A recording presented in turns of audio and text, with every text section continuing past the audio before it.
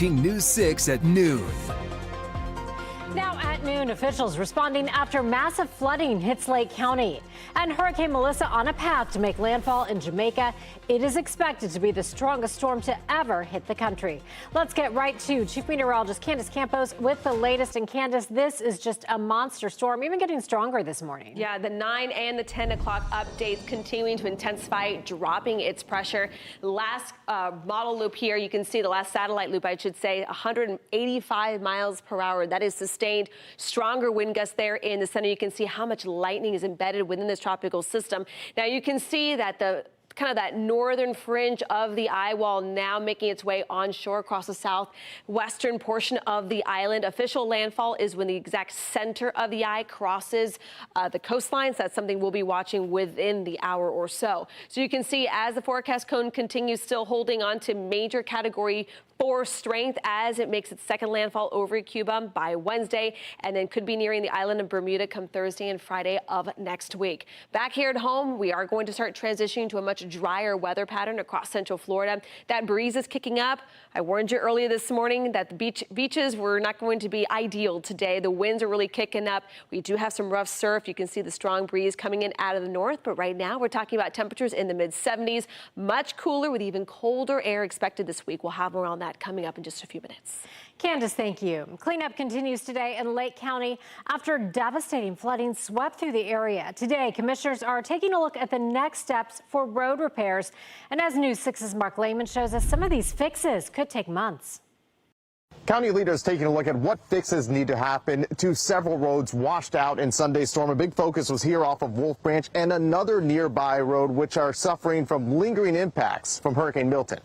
This time the water actually got up on top and it went over Wolf Branch. In the first meeting since Sunday's storm washed away roads in Lake County, commissioners discussed what steps need to be taken in several spots. A priority is Wolf Branch Road.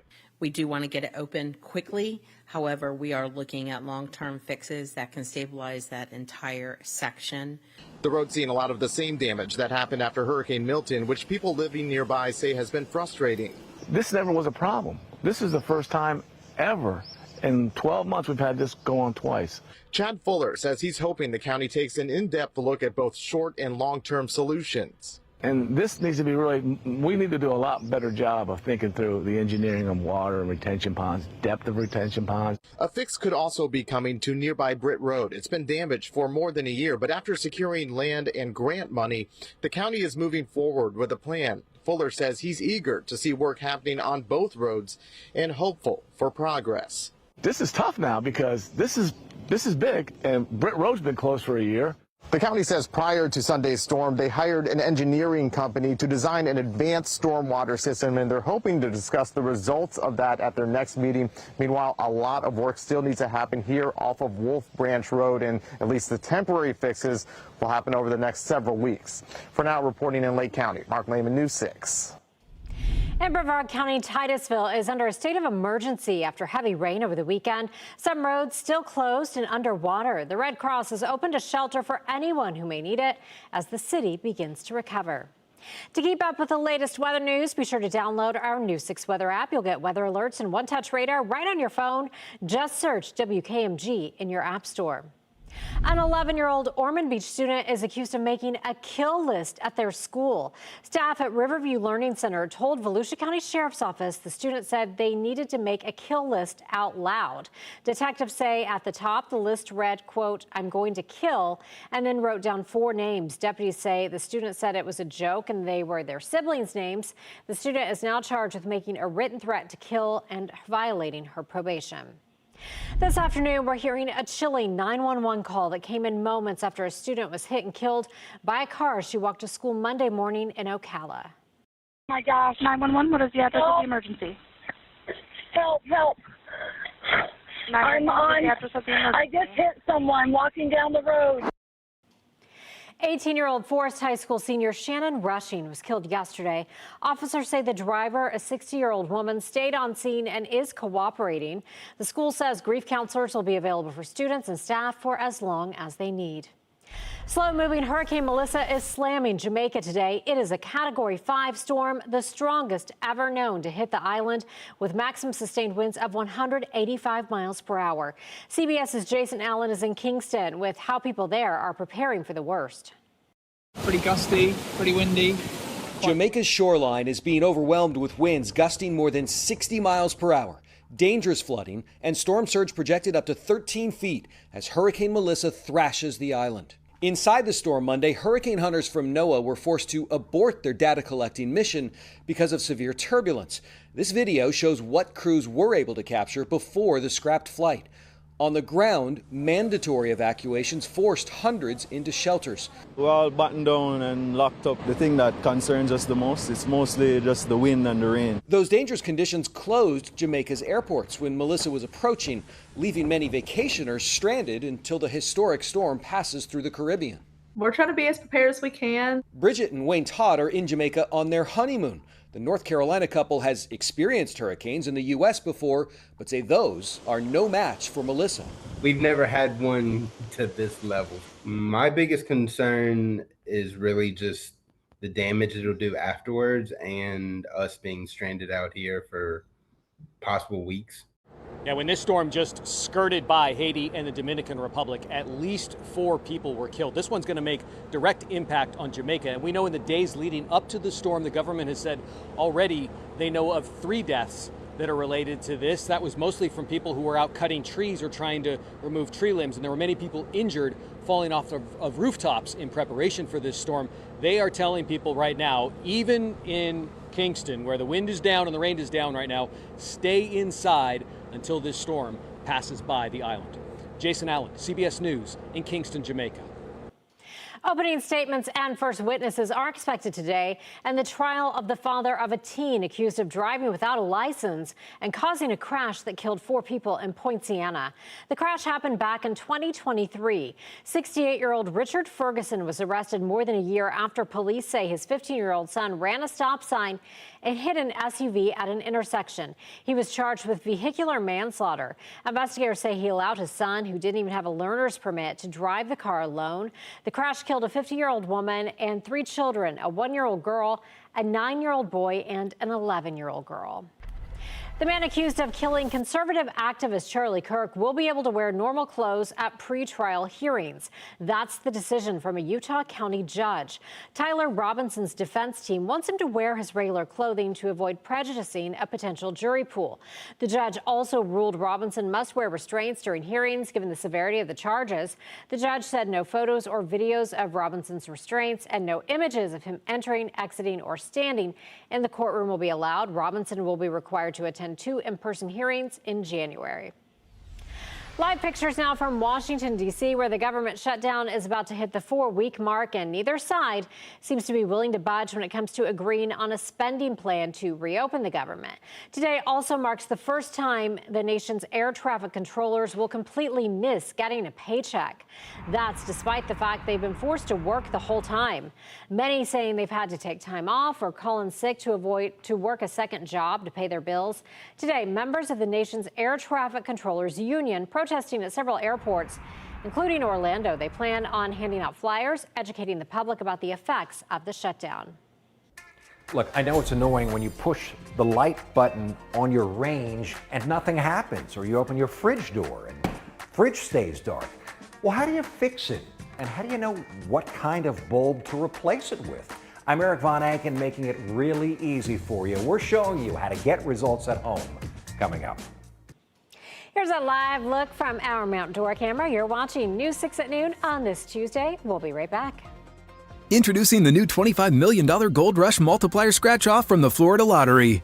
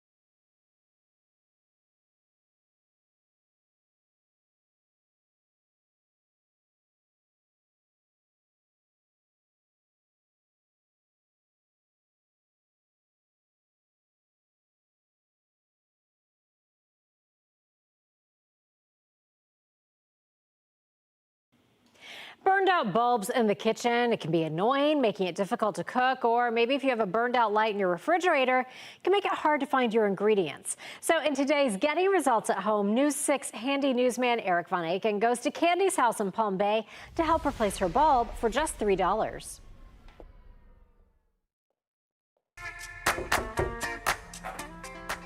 Candy! Hi, Eric. Very nice to meet you. Nice to meet you, too.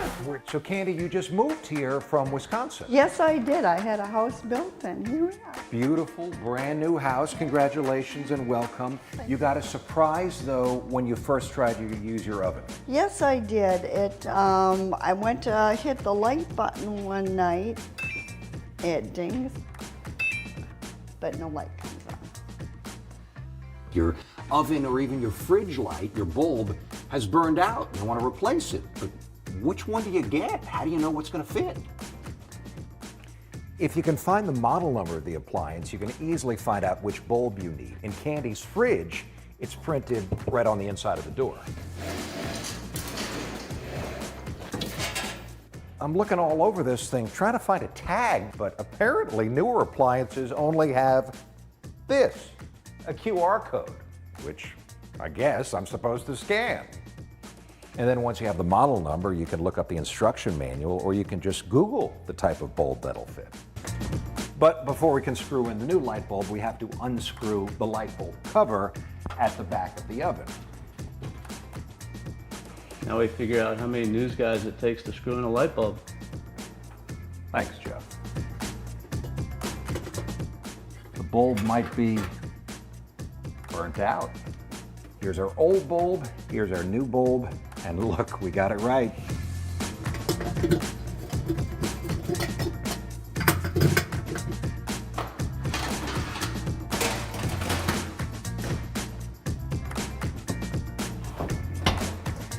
All right, now before we push the button, I'm gonna get Candy over here.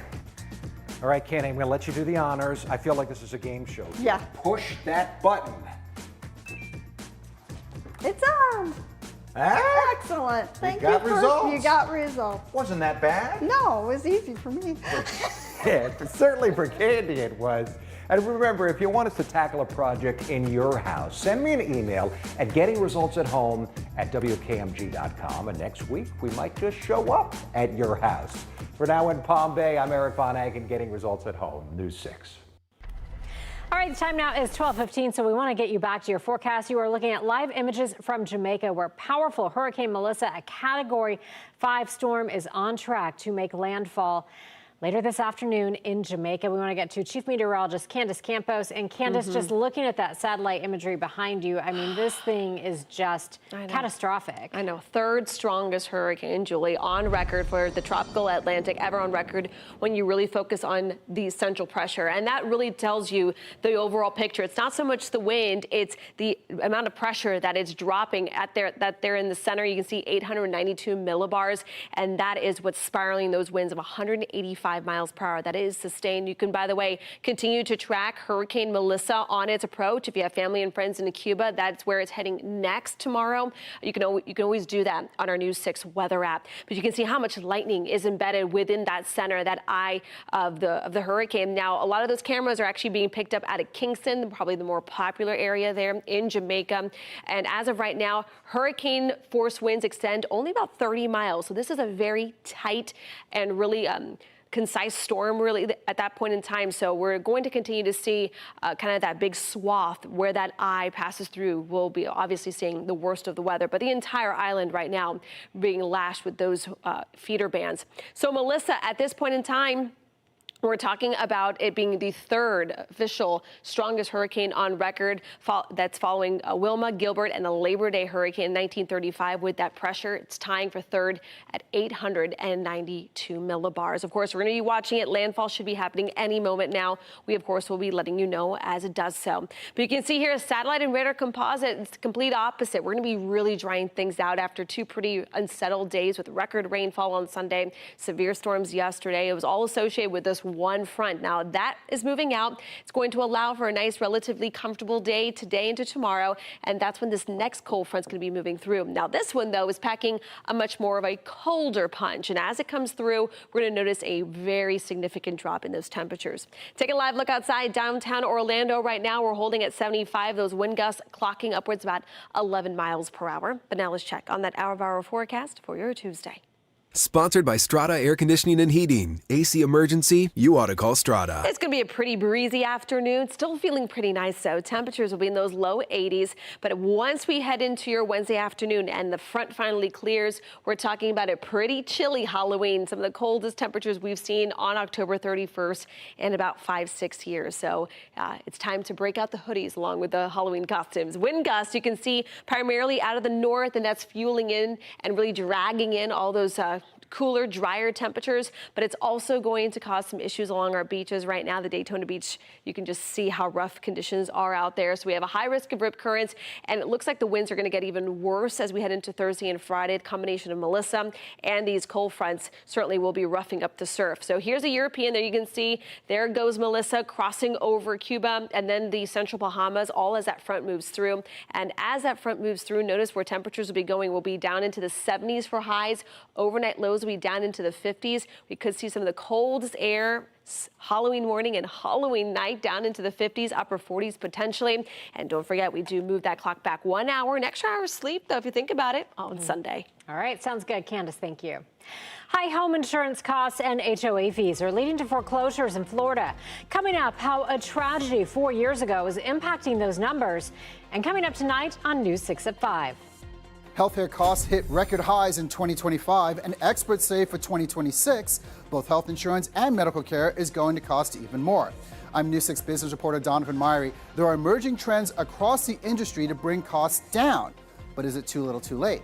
I'll have that story coming up.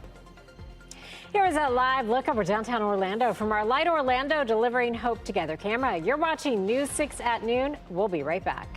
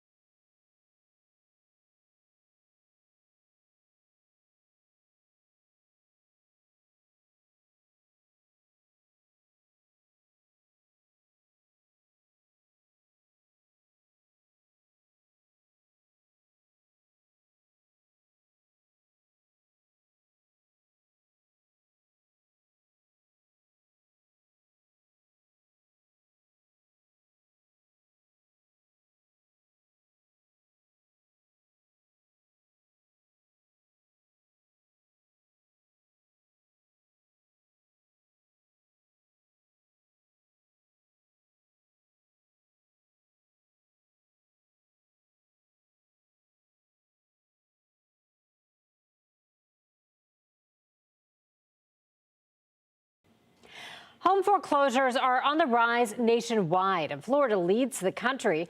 Experts say the issues in Florida are tied to high home insurance costs along with HOA fees. 35,000 homes were foreclosed on in September across the country. That's according to Adam, a provider of nationwide property insurance data. That's a 20% jump from just last year. A tragedy Florida saw back in 2021 could also be driving up numbers in the state. Especially because of the Surfside tragedy. The city comes in, they check out the whole building for the past 30 years, what needed to be fixed, what needs to be fixed, and then they go and allocate special assessments to the homeowners, maybe a $1,500 extra a month. Industry experts don't expect a repeat of the 2008 housing crisis, though the current market is drawing comparisons due to high-risk mortgages. And the Magic Kingdom at Disney World takes the cake as the top visited theme park in the world. That's according to an annual report that found nearly 18 million people visited the park last year. The rest of the top 5 stayed the same as last year, with Disneyland California second, Universal Studios Japan third, Tokyo Disneyland fourth, and Shanghai Disneyland rounding out that top 5.